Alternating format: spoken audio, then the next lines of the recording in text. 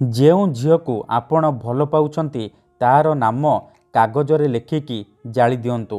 Guarantee ଦେଉଛି ସେ ଝିଅ ଆପେ ଆପେ ପଟିଯିବ। ନିଜେ ଆସି ଆପଣଙ୍କୁ ଭଲ ପାଉଛି ବୋଲି କହିବ।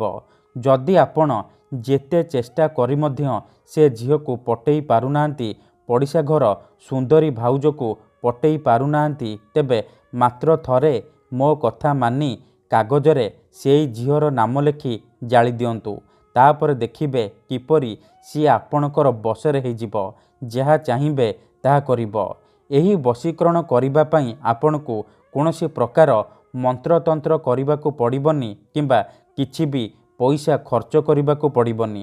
କେବଳ ଯେଉଁ ଝିଅକୁ ଆପଣ ବଶୀକରଣ କରିବାକୁ ଚାହୁଁଛନ୍ତି ତାର ନାମ କାଗଜରେ ଲେଖିକି ଆପଣଙ୍କୁ ଜାଳିବାର ଅଛି।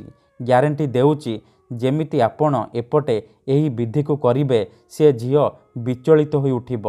ଯେପର୍ଯ୍ୟନ୍ତ ଆପଣଙ୍କ ପାଖକୁ ଆସିନି, ଆପଣଙ୍କ ସହିତ ସମ୍ପର୍କ ରଖିନି, ସିଏ ଗୋଟେ ମୁହୂର୍ତ୍ତ ବି ରହିପାରିବନି।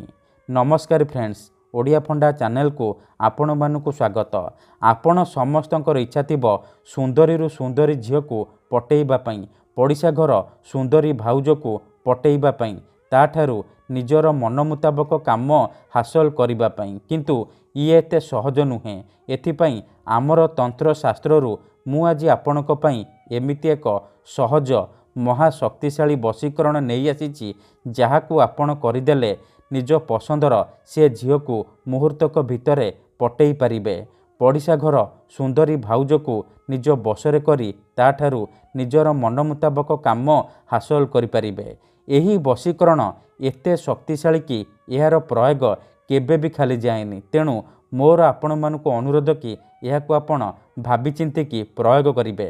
କାହିଁକି ନା ମାତ୍ର ଥରେ ଯେଉଁ ଝିଅ ବା ମହିଳା ଉପରେ ଆପଣ ଏହି ବଶୀକରଣକୁ ପ୍ରୟୋଗ କରିଦେବେ, ସିଏ ସେଇ ସମୟଠାରୁ ଆପଣଙ୍କର ବଶରେ ହେଇଯିବ, ଆପଣଙ୍କର ଗୁଲାମୀ କରିବ। ଆପଣ ତାକୁ ଯାହା କହିବେ, ଯେମିତି କହିବେ ସିଏ କରିବ। କୌଣସି ପ୍ରକାର ବାଧା ଦେବ ନାହିଁ। ଏହି ବଶୀକରଣ କରିବା ପାଇଁ ଆପଣଙ୍କୁ ବେଶୀ କିଛି ସାମଗ୍ରୀର ଆବଶ୍ୟକ ନାହିଁ କିମ୍ବା କୌଣସି ପ୍ରକାର ପଇସା ଖର୍ଚ୍ଚ କରିବାକୁ ପଡ଼ିବନି। କେବଳ ଖଣ୍ଡେ ସାଧା କାଗଜ ଆଉ ଜାଳିବା ପାଇଁ ଡିଆସିଲି ଆଣିବେ। ତାପରେ ଆପଣ ଏହି ବଶୀକରଣକୁ କରିବେ। ଏଥିପାଇଁ ଆପଣଙ୍କୁ କିଛି ବି କରିବାକୁ ପଡ଼ିବନି।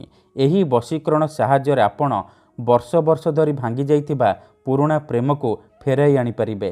ଶାଶୁ, ନଣନ୍ଦ, ଦିଅର, ଭାଉଜ କାହାକୁ ବି ନିଜ ବଶରେ କରି ତାଠାରୁ ନିଜର ମନ ମୁତାବକ କାମ ହାସଲ କରିପାରିବେ। ଏହି ବଶୀକରଣ କରିବା ସବୁଠାରୁ ସହଜ।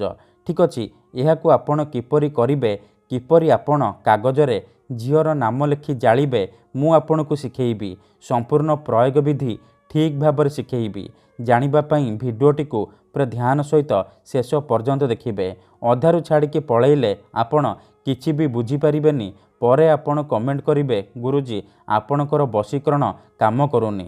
ଦେଖନ୍ତୁ, ମୁଁ ଆପଣଙ୍କୁ ସବୁ ଭିଡ଼ିଓରେ କହୁଛି ମନ୍ତ୍ର, ତନ୍ତ୍ର, ଯନ୍ତ୍ର, ବଶୀକରଣ ଇଏ ଏମିତି ସେମିତି କାମ କରେନି।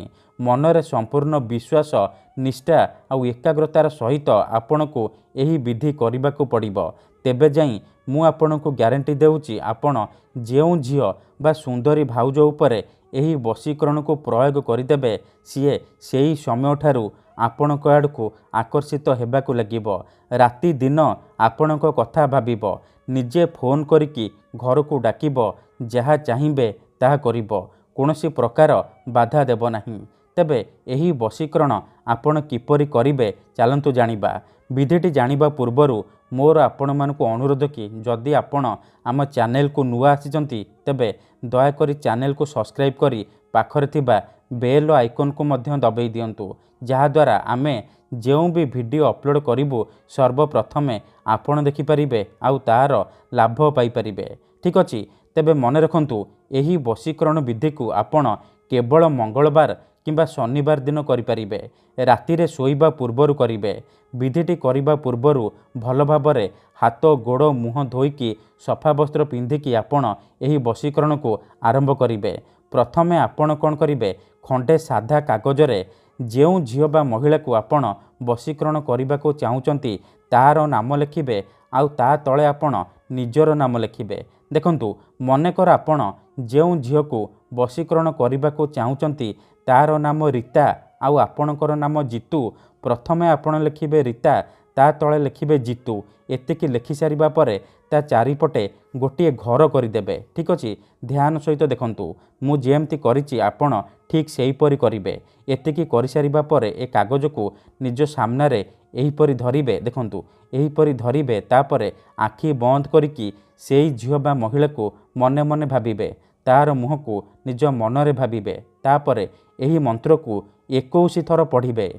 ओम नमः कामाख्या देवी आमुकं मे वश्यम कुरुकुरु फट स्वाहा। ओम नमः कामाख्या देवी आमुकं मे वश्यम कुरुकुरु फट स्वाहा।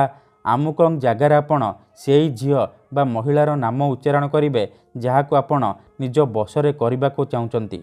मंत्र को 21 थर पढ़ी सारिबा परे आपण ए कागजरे 3 थर फुंकीदेवे। एतिकी करि सारिबा परे आपण कौन करिवे सांगे सांगे से कागज को जालीदेवे।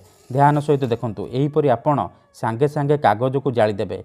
कागजटी एपटे जलिबा मात्रे सेपटे प्रभाव पड़िबा आरंभ होइजिवो। सेही समय ठारू से झियो बा विवाहिता भाउज आपणक आड़कू आकर्षित हेबाकू लागिबो। धन्यवाद।